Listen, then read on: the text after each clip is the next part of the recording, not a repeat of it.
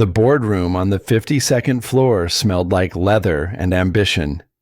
8 executives sat frozen around a table that could seat 20, their morning coffee growing cold as they watched a man in a charcoal suit place a briefcase at the head of the room. Victoria Hale's fingers hovered above her tablet, suspended in a moment that felt like free fall. The man was black, early 40s, with silver threading through his temples too early. His suit was decent but not expensive, the kind you bought when you needed to look professional on a tight budget. He opened the briefcase with movements that spoke of absolute calm, the quiet of someone who had already counted the cost and decided to pay it anyway. "Security, this is a private board meeting." Victoria's voice cut through the silence, sharp and certain. She had built an empire on certainty. $800 million in 6 years, all because she never hesitated, never doubted, never let emotion cloud judgment. The man looked at her directly. No aggression, no deference. Just eye contact that suggested he saw past the designer suit and the perfectly styled blonde hair to something she'd buried so deep she'd almost forgotten it existed. "Good morning, Miss Hale. My name is Marcus Thompson. 6 months ago, you terminated my employment for leaving at 5:30 in the afternoon to pick up my daughter from school." One of the board members shifted uncomfortably. Victoria's hand finally moved, pressing flat against the tablet as if anchoring herself to something solid. "I'm here because I have evidence. 73 cases of systematic discrimination over 6 years. All parents. Most of them people of color. All of them fired using the exact same coded language you used on me." He pulled a stack of folders from the briefcase, each one flagged with colored tabs: red, blue, green. A rainbow of destroyed lives organized by category. Victoria's throat tightened. She opened her mouth to speak, but Marcus was already continuing, his voice never rising, never falling, just maintaining that same terrible calm. "I thought you'd want to see the evidence before your board does. Before the press does, before the Department of Justice does." The words landed like stones in still water, ripples spreading across expensive suits and carefully maintained composures. Victoria's face remained perfectly controlled, but something flickered behind her ice-blue eyes, something that might have been recognition or fear, and the screen went black. White text appeared, 6 months earlier. The alarm clock read 5:45 when Marcus opened his eyes in the Queen's apartment that cost $800 a month and was still barely affordable. The living room doubled as his bedroom, a pull-out couch that he folded away every morning before his daughter woke up.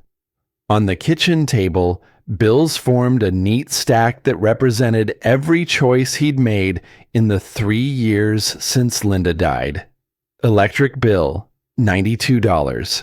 Due in 6 days. Internet, $47. He'd already downgraded to the slowest speed. Maya's asthma medication, $425. The prescription needed refilling in 8 days. His checking account showed $183.47.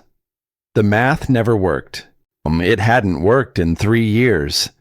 He'd gotten good at making it work anyway, the way you got good at anything when the alternative was watching your child suffer. Marcus moved quietly through the apartment, starting coffee he couldn't really afford but needed to function.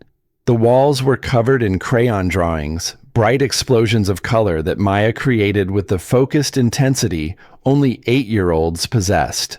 Dinosaurs and rockets and stick figure families that always showed 2 people instead of 3. On the wall above the couch, a framed photograph held the weight of everything he'd lost. Marcus in a suit he'd sold 2 years ago, Linda, beautiful and alive, laughing at something just outside the frame. Baby Maya between them, gap-toothed and perfect. The engraving on the frame read, Linda Thompson, 1985 to 2020. Lung cancer. Was stage 4, 6 months from diagnosis to funeral. $340,000 in medical bills that swallowed their savings, their house, their future. He'd taken the first job that offered immediate health insurance and paid weekly in cash. Hale Industries had hired him as a night janitor without asking where he'd worked before. They saw a black man who needed work and assumed they knew his entire story. They were wrong. Marcus made oatmeal with cinnamon, the cheap breakfast that Maya had learned to call pancakes because it made both of them smile. He knocked gently on her door, watching as she stirred awake, braids scattered across her pillow like spilled ink. 5 more minutes, Daddy. You said that yesterday. Come on, baby girl. Breakfast is getting cold. She giggled, rubbing her eyes as she sat up. And the inhaler on her nightstand caught the morning light, a small plastic reminder of how fragile everything was. They ate together at the table, bills pushed to one corner, Maya's homework spread across the other.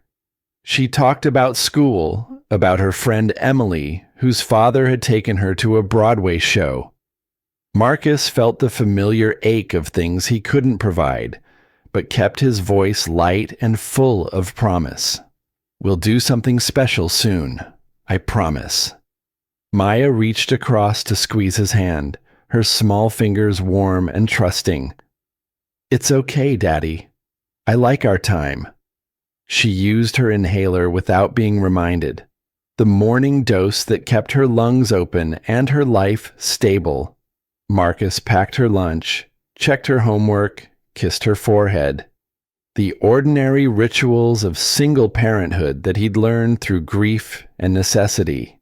At 3:15 that afternoon, Marcus stood outside the conference room on the 52nd floor of Hale Industries, pushing a janitor's cart that held everything he'd become. Through the glass walls, he could see Victoria Hale conducting a meeting with 5 vice presidents, her voice carrying even through the expensive soundproofing. I don't care if it's his daughter's birthday. If Rodriguez can't commit to the Shanghai trip, find someone who will. Marcus glanced at his watch. 5:18. He needed to leave by 5:25 to reach Maya's aftercare before it closed at 5:45.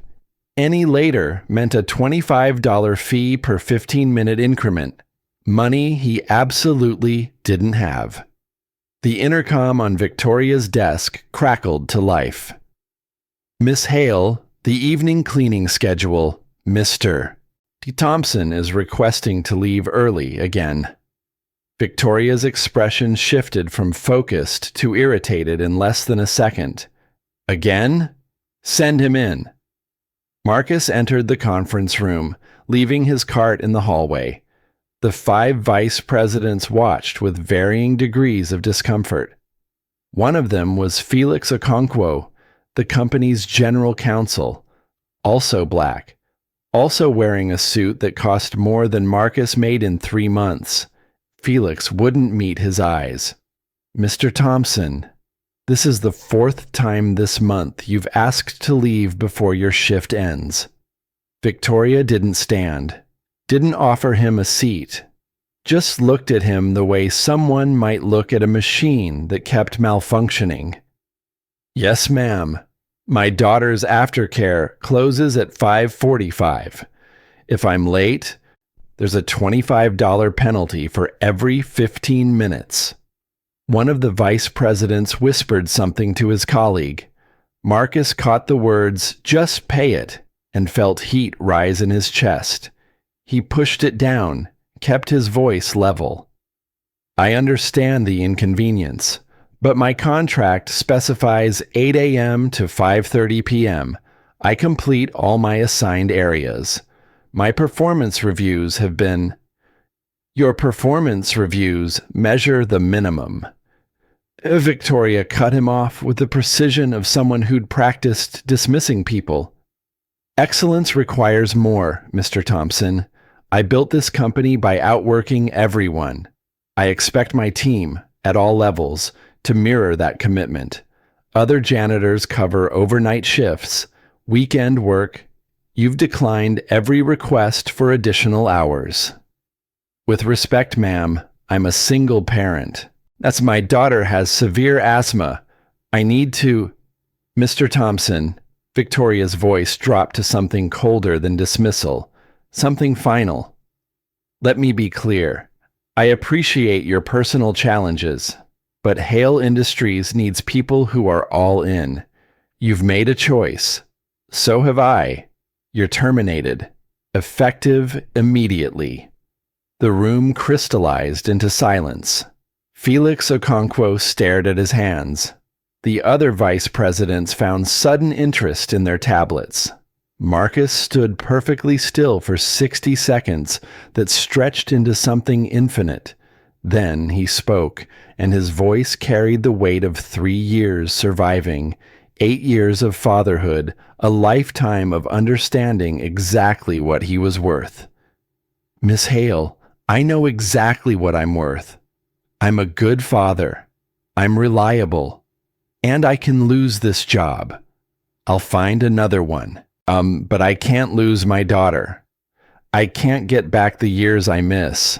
He paused, studying her face with the careful attention of someone who'd learned to read people in rooms far more powerful than this one. I feel sorry for you, because I don't think anyone has ever chosen you over their ambition. And that's the loneliest thing in the world. He walked out, left the cart in the hallway, took the elevator down 52 floors, with his dignity intact and his future demolished. Behind him, Victoria Hale sat frozen at her conference table, Marcus's words hanging in the air like smoke she couldn't clear. 4 days later, Marcus sat at his kitchen table at 11:30 at night, Maya asleep in the next room, calculator and bills spread before him like evidence of a crime he'd committed just by existing. The math was simple, brutal, impossible. Severance, $1,240 for 2 weeks. Rent due in 9 days, $800. Maya's medication refill in 6 days, $425. After rent, $440 were left. After medication, $15 remained for food, subway passes, everything else required to keep a child alive in New York City. His hand moved to close the calculator, but something caught his attention. The termination paperwork from HR, printed on expensive letterhead that probably cost more than his monthly grocery budget. In the top corner, a reference number, TRM-2024-073, 73. Marcus opened his laptop, fingers moving across keys with the muscle memory of someone who'd typed these exact searches 1,000 times before in a different life.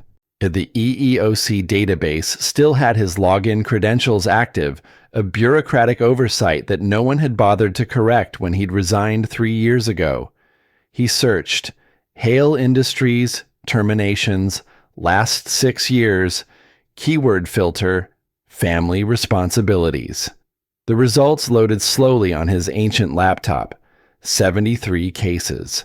68% were parents, mostly mothers. 89% were people of color. Every single one fired within 6 months of a major family event. Birth, sick relative, caregiving obligations. And every single termination record used identical coded language. Sarah Chen, 2022. Refused optional evening networking events. Lack of commitment to company culture. James Rodriguez, 2021. Left at 5:30 daily to care for elderly mother. Not a team player. Or terminated 3 weeks after mother's stroke. Patricia Williams, 2020. Declined weekend training seminars, performance concerns. Marcus's hands stilled on the keyboard. The pattern was so clear, it might as well have been spotlit. This wasn't about him. It was never about him. It was a system, refined over years, designed to eliminate anyone who dared to prioritize family over the endless consumption of a corporation that measured worth in hours, logged rather than lives lived. His email pinged. The sender was r.delgado@hayland.com. Subject line, I saw what happened. Marcus opened it with hands that had started to shake. Mr. Thompson, my name is Rosa Delgado. I work in legal. I was in that meeting when Miss Hale terminated you. What she did was wrong. I've seen this pattern before.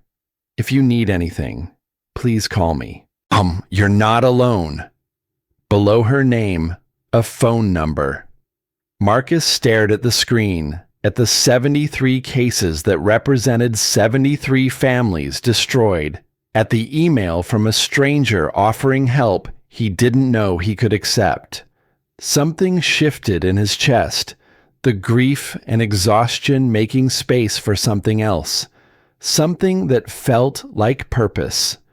The next morning, Marcus dropped Maya at school, kneeling down to fix her backpack strap and check that she had her inhaler.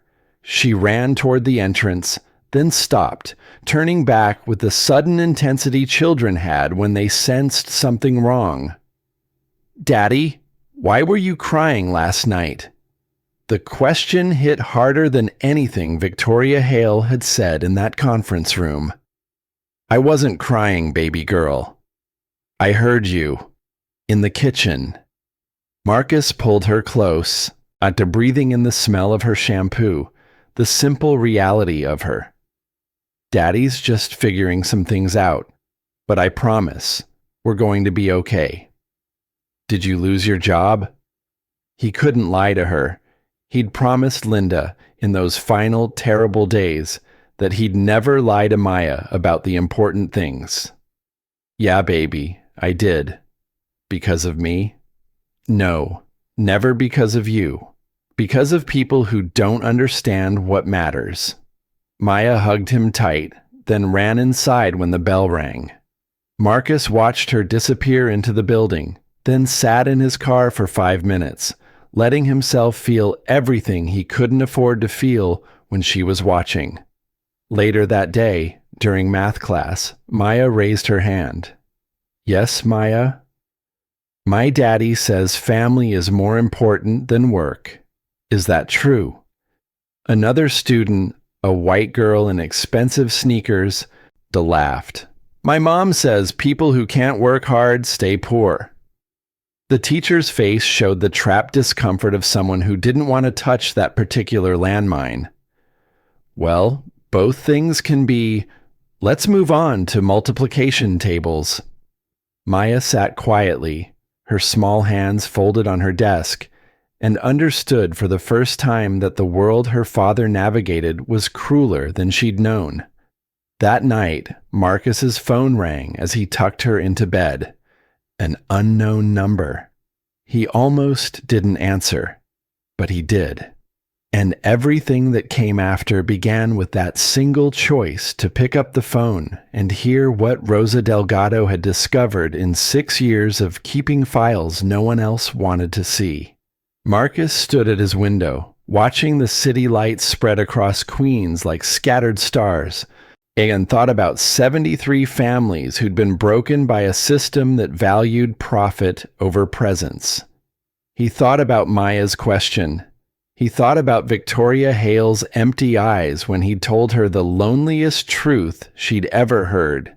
What he didn't know, couldn't know, was that it was about to get so much worse before it got better. The kind of worse that tests whether dignity can survive when everything else is stripped away. The kind that would force him to choose between protecting his daughter and fighting for justice. The kind that would reveal exactly who he'd been before grief and bankruptcy had forced him to push a mop for a woman who thought people were disposable. 4 weeks later, the convenience store on Malcolm X Boulevard had fluorescent lights that buzzed like dying insects. Marcus stood at the counter with exact change counted out in his palm, watching the cashier's eyes track from his worn jacket to the stack of coins to Maya standing beside him, clutching her inhaler. Milk, bread, peanut butter, the cheapest protein he could find. Maya's eyes drifted toward the candy display, lingering on a chocolate bar that cost $2 she knew better than to ask for. 67, 68. Marcus counted slowly, making sure each coin registered. The line behind him grew. The cashier, a white woman in her 50s with a nameplate reading Deb, sighed loud enough to make her opinion clear. "You gonna hold up the line all day?" Marcus didn't look up from counting. "Just making sure I have enough. 69, 70. Maybe try getting a real job instead of counting pennies like some." She didn't finish the sentence. Didn't need to. The implication hung in the air between them, thick and familiar. Maya's small hand found Marcus's, squeezing tight. "Daddy, let's just go." He met Deb's eyes then, holding her gaze for 3 seconds that contained every response he wouldn't give in front of his daughter. Then he placed the exact change on the counter, took his groceries, and walked out. The August heat hit them like a wall. Maya stayed quiet for half a block, her hand still gripping his. "Why was she mean to you?" The question arrived without preamble, the way children's questions always did. Some people make judgments without knowing someone's story. Because we're black? Marcus stopped walking, knelt down on the sidewalk, not caring about the people who had to step around them. Maya's eyes held the particular hurt of someone learning the world was different than they'd hoped. Sometimes, yes, the world isn't always fair, baby girl. But that doesn't mean we stop being who we are. We stay kind. We stay dignified. We don't let anyone make us small. Like you didn't yell at Miss Hale? His daughter's memory was sharp as broken glass, exactly like that. That night, at 2:17 in the morning, Marcus woke to the sound he'd learned to recognize instantly. The high-pitched wheeze that meant Maya's lungs were betraying her again. He was in her room before his brain fully registered being awake, inhaler already in his hand. She sat up in bed, chest heaving, eyes wide with the particular terror of not being able to breathe. Marcus held her steady, counting her breaths, administering the medication in practiced motions that had become muscle memory over years of crisis management. Slow, baby, just like we practiced, in through the nose. 10 minutes stretched into 20. The attack was mild compared to others, but every second of watching his daughter struggle to do something as basic as breathe felt like drowning alongside her. Finally, her breathing steadied. She leaned against his chest, exhausted. "Daddy, are we going to be okay?" The question held the weight of everything she understood and everything she didn't. Marcus pulled her closer. "I promise you, baby, I'm going to make sure of it." He meant it, every word, even if he had no idea how to make good on that promise with $15 left in his account and no job on the horizon. Across the city, in a penthouse that cost more per month than most people made in a year, Victoria Hale stared at the ceiling and tried to remember the last time she'd slept through the night.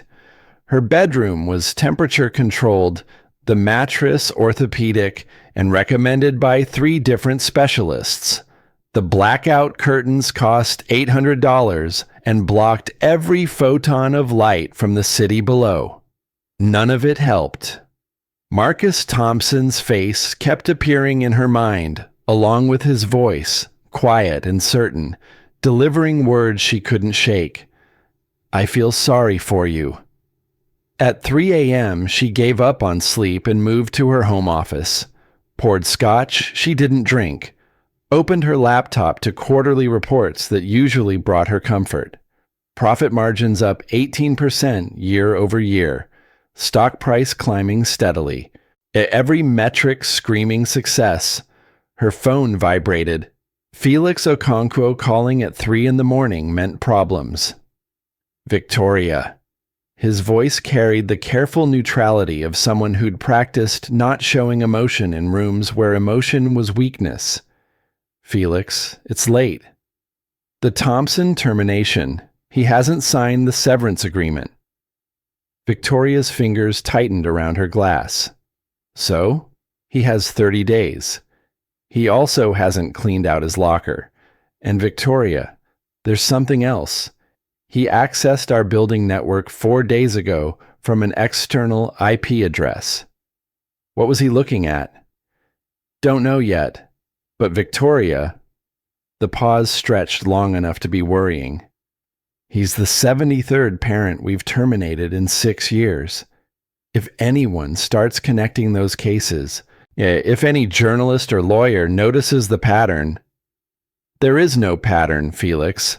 We terminate underperformers. Their personal situations are irrelevant to job performance. In this climate, with DEI scrutiny, social media, viral outrage, Felix's voice carried something she'd never heard from him before. Uncertainty. Maybe fear. Maybe we should review the policy, just to be safe. Victoria set down her glass with enough force to make it ring. Felix, I didn't build an $800 million company by being afraid of scrutiny. Marcus Thompson was a janitor. He has no resources, no leverage, no platform. Let it go. The silence on the other end lasted 3 seconds. Understood. He hung up. Victoria returned to her reports, but the numbers had stopped making sense. She opened a new browser window. Typed 3 words, Marcus Thompson, EEOC. Then she closed the browser without searching. Some things were better left unknown. 2 floors below, in his office at Hale Industries, Felix Okonkwo sat in the dark and thought about choices.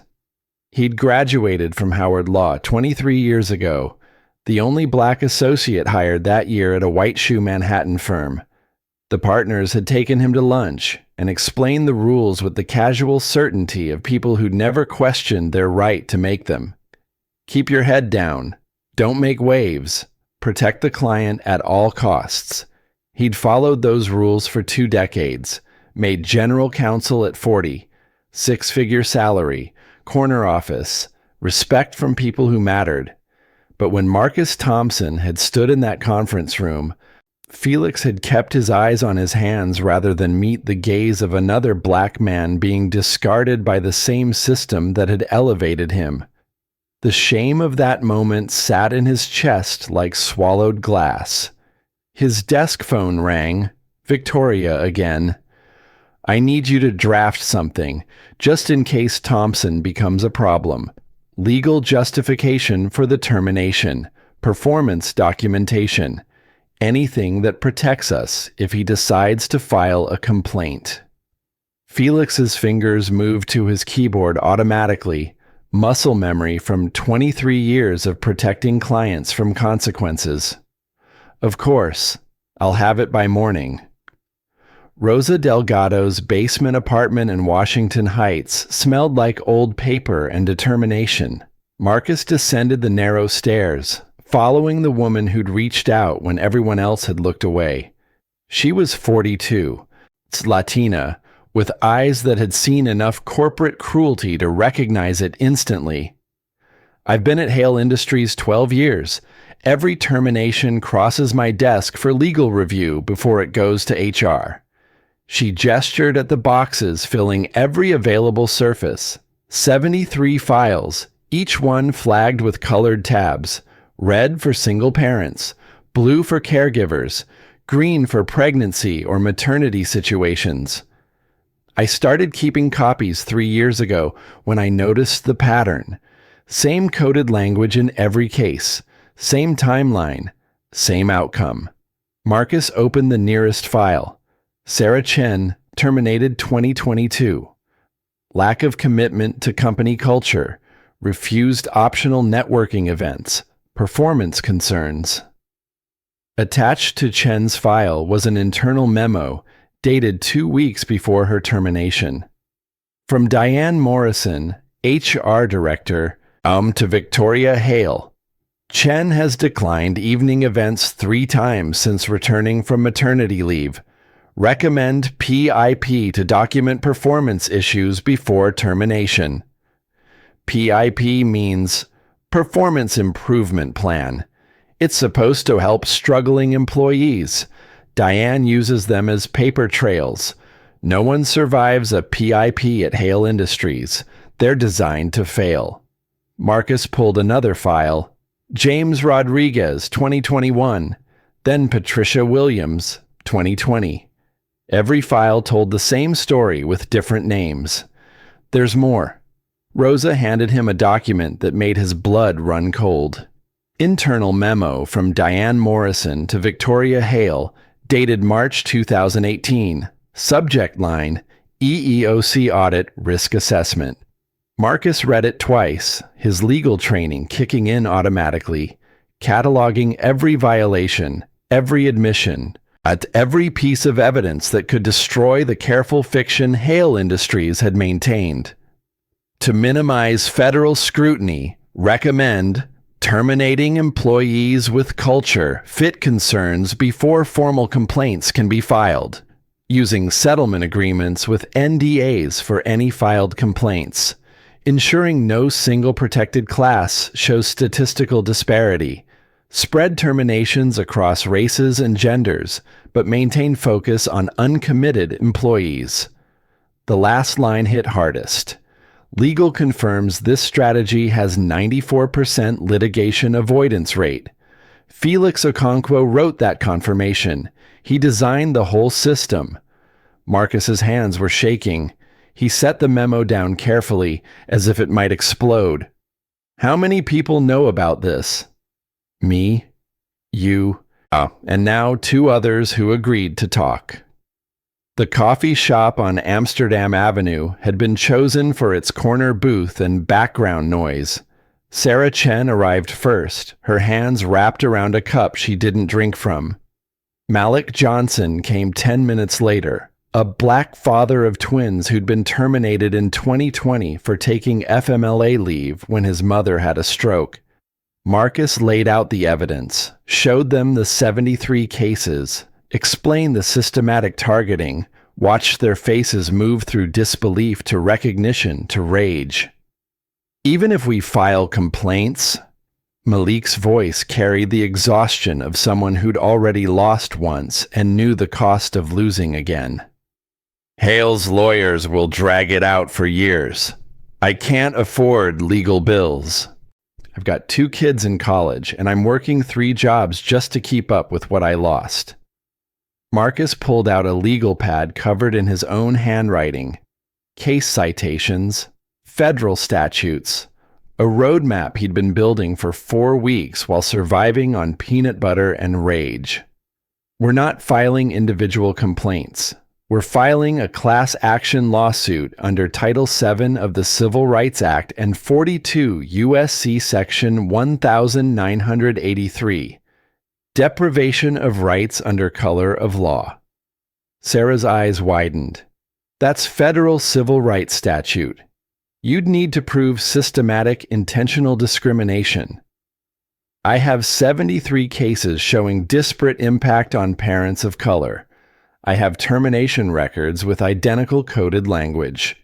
I have emails from Victoria Hale and Diane Morrison explicitly outlining a policy to target caregivers while avoiding statistical red flags. And I have Felix Okonkwo's legal memo confirming he knew this was discriminatory and helped design it anyway. The silence at the table held a different quality now. Rosa leaned forward. Who are you? Marcus had known this moment was coming, had practiced the words in his bathroom mirror while Maya slept. Before my wife died, I was deputy director of the EEOC's Civil Rights Division in Washington, D.C. I prosecuted employment discrimination cases for 12 years. I know exactly what evidence we need to win this case, and we have it. Rose's coffee cup stopped halfway to her mouth. Why the hell were you working as a janitor? Because Linda's medical bills bankrupted us. To $340,000 in 18 months. I sold our house in Bethesda, moved to New York to be near her sister. I needed a job immediately that offered health insurance for Maya. Hale Industries hired me in 72 hours without running a background check beyond criminal records. I didn't lie about my past. I just didn't volunteer it. Malik stared at him like seeing a completely different person. So you've been undercover this whole time? No. I was trying to survive. But when Victoria fired me using language I'd seen in hundreds of discrimination cases, I recognized what I was looking at. And I couldn't walk away. The eviction notice was taped to Marcus's door when he arrived home 2 days later, Maya holding his hand as they climbed the stairs. 30 days to vacate or face legal action. But he pulled it down before she could read it, folding the paper into his pocket like it might disappear if she didn't see it. Inside, he checked his bank account on his phone. The severance payment he'd been counting on showed as returned. Insufficient funds. But that was impossible. He scrolled back through transactions. There. A withdrawal 3 days ago for $1,240, labeled Hale Industries Severance Reclamation. They'd clawed it back. The legal aid office in Brooklyn had a waiting room full of people who'd run out of other options. Marcus sat with his termination paperwork, eviction notice, and bank statements spread across his lap. Jennifer Park, the attorney who finally called his name, looked younger than her credentials suggested. They're claiming you violated the severance agreement by accessing company computer systems after termination. They're threatening to sue you for theft of proprietary information. Marcus kept his voice level through sheer force of will. I didn't access company systems. I used my own EEOC database credentials to search public court records. Can you prove that? Yes, but it'll take time. And I'm about to be evicted. Jennifer's face showed the practiced sympathy of someone who delivered bad news daily. There's more. Hale Industries sent letters to 14 major janitorial companies in the tri-state area. They've flagged you as a litigation risk. You're being blacklisted, Marcus. The words landed like physical blows. They weren't just fighting back. They were trying to erase him. They want you to disappear, to take the severance, sign the NDA, and go away. They have unlimited legal resources. Even if you're right, this could take years and bankrupt you before you ever see a courtroom. Marcus thought about Maya's asthma medication running out in 3 days. Thought about the eviction notice in his pocket. Thought about 72 other families who'd been broken by the same machine that was now grinding him down. My dignity is not for sale. Neither is justice for 72 other families. That same night at 11 p.m., Victoria Hale sat alone in her office and did what she'd avoided doing for 2 weeks. She typed Marcus Thompson's name into Google. The results loaded slowly, as if the internet itself was reluctant to deliver this particular truth. Marcus Thompson, Juris Doctor, Howard University School of Law. Former Deputy Director, EEOC Civil Rights Division, 2008 to 2020. Prosecuted 47 employment discrimination cases with an 89% conviction rate. Resigned to care for terminally ill spouse. Victoria's hand moved to close the browser, but she couldn't look away. There were photos. Marcus in a suit that actually fit, standing beside other officials at press conferences. Marcus receiving an award from the Department of Justice. Marcus testifying before Congress about systemic workplace discrimination. She'd fired a federal civil rights prosecutor and then tried to bury him. Her phone rang. Felix. Legal team is ready. We'll file motions to dismiss, bury him in discovery requests, drag this out until he runs out of money and options. Victoria's voice came out smaller than she intended. Do it. She hung up and stared at her own reflection in the darkened window. For the first time in 15 years, she looked at herself and didn't recognize the person staring back. Rosa's apartment had become a war room. Papers covered every surface. Marcus, Rosa, Sarah, and Malik worked through the night, building a case that would either change everything or destroy them all. Rosa pulled a document from the bottom of a box and went completely still. "Oh my God!" 3 heads turned toward her. "I found something. Board meeting minutes from 2019. She read aloud, her voice shaking slightly. CFO reports turnover costs reduce at 23% through strategic terminations of low ROI employees. Board discusses targeting extended leave, reduced hours, and caregiving obligations. Board votes to approve continuation of policy. 8 votes in favor. Victoria Hale abstains. Marcus took the document, reading it 3 times to make sure he understood correctly. The board knew. They voted on it. This isn't just Victoria and Felix and Diane. This is institutional policy approved at the highest level. Malik leaned back, running his hands over his face. This is bigger than wrongful termination. This is conspiracy. This is Department of Justice territory. Everyone looked at Marcus. He pulled out his phone, scrolled through contacts he hadn't used in 3 years, and found the name he needed. Patricia Reeves, Assistant Attorney General, Civil Rights Division. They'd worked together for 6 years, tried 12 cases side by side, built the kind of professional trust that survived career changes in time. He typed a text message. Patricia, it's Marcus Thompson. I need your help. Federal civil rights case. Systematic discrimination. Evidence of institutional conspiracy. Can you call me? The response came in 4 minutes. Marcus Thompson rises from the dead. Call you in 10. When his phone rang, Marcus stepped into Rosa's bathroom for privacy. The conversation lasted 37 minutes. When he emerged, his face held something new. Something that looked like hope, tempered by absolute certainty. DOJ is opening a preliminary investigation. Patricia wants to see everything we have.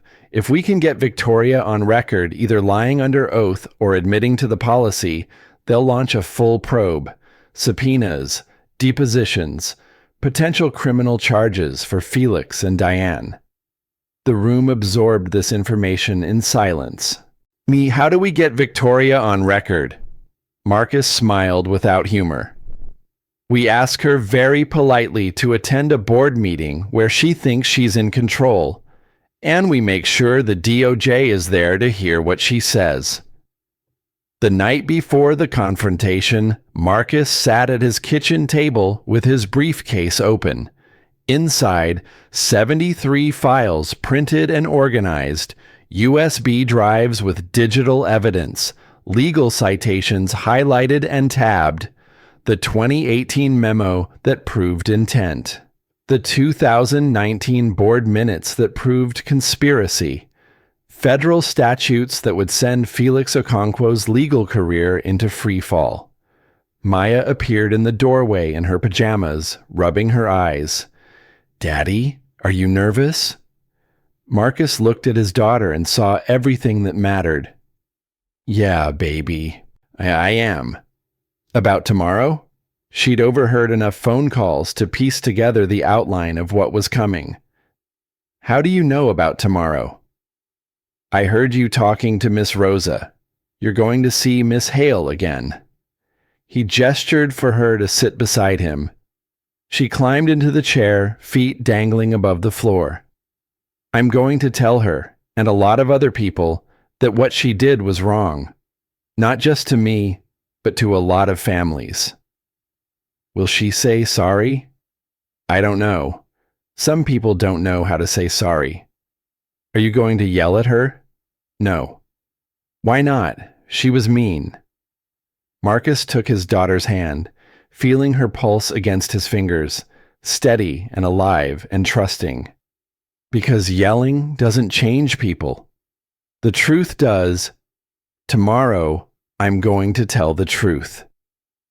"What if she doesn't listen?"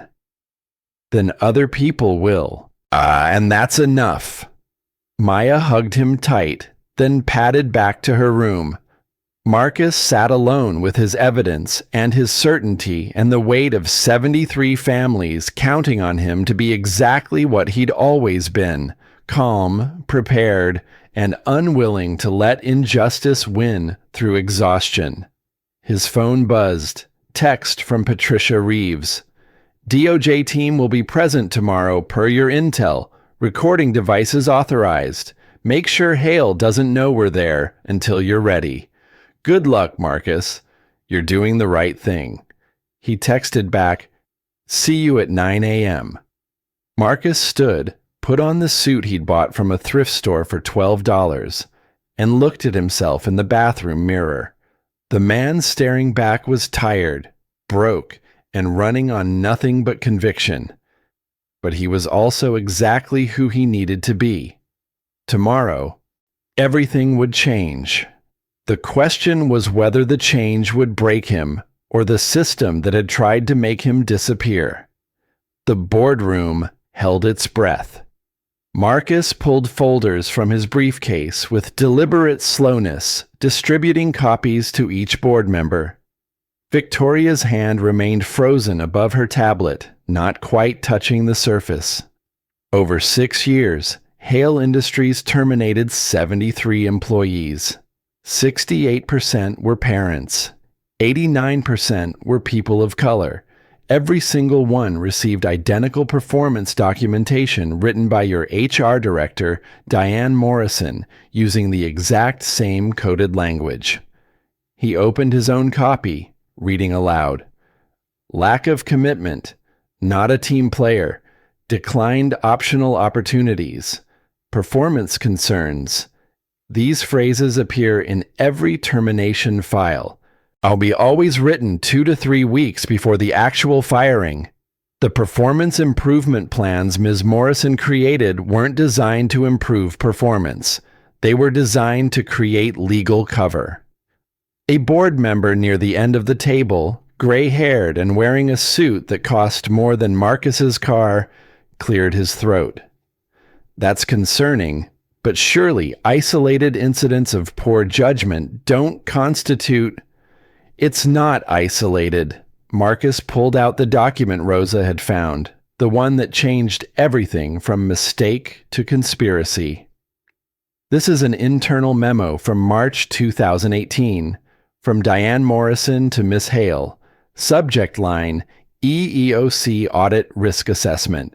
I'll read the relevant section.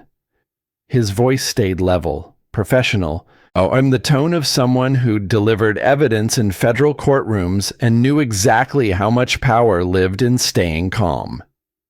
To minimize federal scrutiny, recommend terminating employees with culture fit concerns before formal complaints filed, using settlement agreements with NDAs, ensuring no single protected class shows statistical disparity, spread terminations across races and genders while maintaining focus on uncommitted employees." He set the memo down. Uncommitted employees. That's code for parents and caregivers. And at the bottom of this memo is a confirmation from Felix Okonkwo, your general counsel, stating that this strategy has a 94% litigation avoidance rate. Felix stood abruptly, his chair scraping against expensive flooring. This meeting is over. Security needs to... Sit down, Mr. Okonkwo. Marcus's voice carried steel wrapped in silk. I'm not finished. And if you call security, the 3 people in the back of this room will identify themselves as Department of Justice officials authorized to record these proceedings. Every head turned. 3 people in business attire near the door stood, badges already visible. Patricia Reeves stepped forward. Assistant Attorney General Patricia Reeves, Civil Rights Division.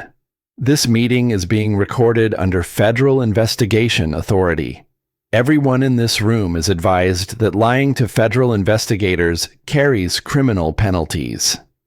The oxygen seemed to leave the space. Victoria's face had gone the color of old paper. Marcus pulled out another document. This is from Hale Industries Board Meeting Minutes, October 2019. I'll read the relevant section. CFO reports turnover costs reduced 23% through strategic terminations of low ROI employees. Board discusses targeting extended leave, reduced hours, caregiving obligations. Motion to approve continuation of policy. 8 votes in favor, 1 abstention. He looked directly at Victoria. You abstained. You didn't vote to approve it, but you didn't stop it either. You let your board vote to systematically discriminate against working parents, and then you implemented that policy for 2 more years. Who are you?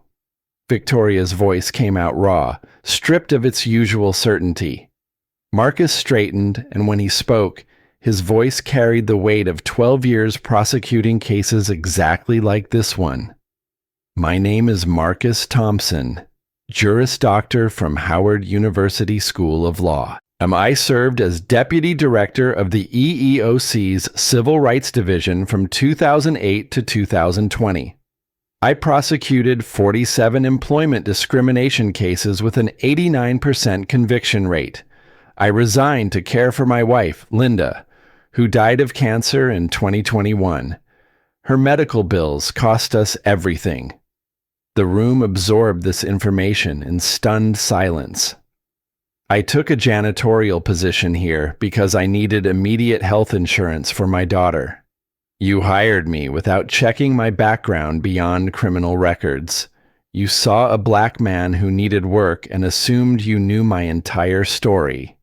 You were wrong. Victoria's hands were shaking now. Why didn't you just walk away? You got your severance. You could have. You clawed back my severance and tried to blacklist me from every janitorial company in New York. You tried to make me disappear. But that's not why I'm here. Marcus gestured at the folders spread across the table. I'm here because 72 other families couldn't walk away. Because my 8-year-old daughter had to ask me if she was the reason I lost my job.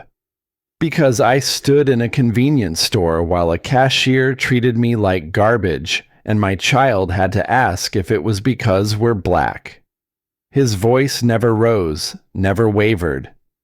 You built a system that punishes people for being human, for having families, for choosing presence over profit.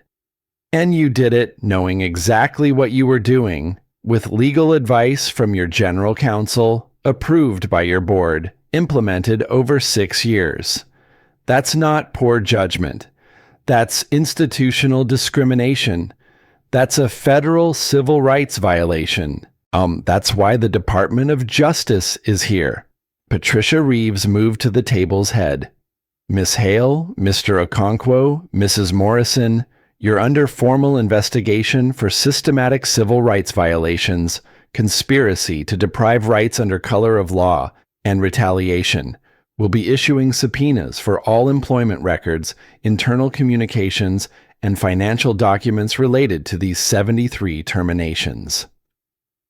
The board chair, a woman Marcus recognized from Forbes covers, stood. Miss Hale, as of this moment, you're suspended pending investigation. Felix Okonkwo, you're suspended effective immediately, and we're referring you to the New York State Bar Association. Diane Morrison, you're terminated. This meeting is adjourned." Victoria walked out alone. No briefcase, no phone. Just her expensive suit and the sudden understanding that everything she'd built could collapse because she'd mistaken ruthlessness for strength. The news broke within hours. CNN ran it as breaking news. Billionaire CEO suspended after DOJ civil rights probe. The New York Times published a deep investigation that night. Systematic discrimination at Hale Industries. 73 families, 6 years, one pattern. Social media exploded. Sarah Chen tweeted from her account, "I was one of the 73. Marcus Thompson gave me back my voice. Hashtag Hale Accountability." It went viral in 4 hours. The settlement took 6 months to negotiate. Marcus stood in a federal courtroom as Judge Andrea Sotomayor read the terms aloud to a gallery packed with journalists and former employees. Hale Industries will pay $18.4 million in compensatory damages distributed among 73 plaintiffs. An additional $5 million will fund the Thompson Foundation for working families. The company will implement mandatory bias training, third-party auditing of all terminations, and a formal caregiver accommodation policy. The gallery erupted in applause. Marcus didn't smile. This was justice, not victory. Justice meant acknowledging harm done. Victory would mean the harm never happened. California passed the Marcus Thompson Act 4 months later, requiring employers to prove legitimate non-discriminatory reasons for terminating parents within 1 year of any family event. 6 other states followed within 18 months. The EEOC published new federal guidelines citing Thompson versus Hale Industries as precedent for caregiver discrimination claims. Sarah Chen used her settlement to open a workplace equity consulting firm. Malik Johnson attended his son's college graduation with tears streaming down his face. Rosa Delgado was promoted to general counsel under Hale Industries' new CEO, a black woman named Diana Washington who implemented a family-first policy on her first day. Marcus rented a small office in Brooklyn and hung a sign, Thompson Foundation for Working Families. The applications started arriving immediately. Single parents needing legal representation, families facing discrimination, people who'd been told their worth could be measured in hours logged rather than lives lived. 2 years later, the beach in the Rockaway stretched wide and mostly empty on a Tuesday afternoon in June. Maya, now 10 years old and 3 inches taller, ran along the shoreline with a kite that lifted and dipped in the salt wind. Marcus sat on a blanket, watching her, letting himself exist in this moment without calculating what it cost or whether he could afford it. She sprinted back, breathless and grinning with the particular joy of someone who just accomplished something difficult. "Did you see? It stayed up for like 5 whole minutes. I saw. You're getting really good at this." Maya collapsed beside him, sand sticking to her legs. "Remember when we couldn't go anywhere?" The question arrived without judgment, just curiosity about a past that felt distant now. "Yeah, baby, I remember." "Do you miss your old job, the important one, before Hale Industries?" Marcus thought about the answer. About the years in Washington, D.C., prosecuting cases in federal courtrooms. About the prestige and the salary and the career trajectory that had felt inevitable until cancer and medical bills had rewritten everything. "Sometimes. But you know what I don't miss? Missing you." Miss Chen from school showed us an article about you. She said you're famous. "I'm not famous. I just did what was right. She said you helped a lot of families. A lot of families helped each other. I just started the conversation. Maya leaned against him, and they watched waves roll in with the timeless rhythm of water meeting shore. His phone buzzed in his pocket. Email notification. He almost didn't check it, but something made him pull it out. The sender was victoria.hale@gmail.com. Subject line: Thank you. Marcus opened it against his better judgment. Mr. Thompson, I know I have no right to contact you, but I needed you to know.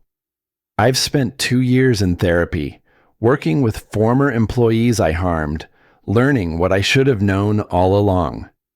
You were right. I was lonely. I built walls instead of bridges. I'm not asking for forgiveness. I just wanted to say thank you for holding up a mirror. You changed my life. And you changed 73 families' lives. That matters more than anything I ever built. Marcus read it twice, felt the weight of her words and the years of pain that preceded them. Then he deleted the email without responding. Some apologies didn't require acceptance. Some transformations had to happen without validation from the people who'd been hurt. Maya tugged at his sleeve. Daddy?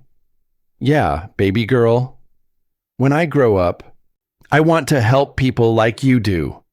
He kissed the top of her head, breathing in the smell of sunscreen and salt water and the simple miracle of his daughter alive and thriving. You already do. Every single day. The kite pulled against its string, fighting to fly higher. Maya jumped up to chase it, running along the beach with abandon that only came from knowing someone was watching to make sure she stayed safe. Marcus pulled out his phone again and typed a text to Patricia Reeves. How many families did we help this month? The response came in seconds. 47 cases filed, 23 settlements reached. You're changing the game, Marcus. He pocketed the phone and stood, brushing sand from his jeans. Maya was waving at him from down the beach, her kite a bright slash of color against blue sky. He walked toward her, on toward the future they'd built from wreckage and determination, toward the proof that presence mattered more than any profit margin could measure. Some people said he'd won a case, but victory wasn't the right word. He'd simply shown up. For his daughter. For 72 other families. For the principle that dignity couldn't be bought or sold or terminated with 2 weeks' notice. And in the end, that was enough. It was everything.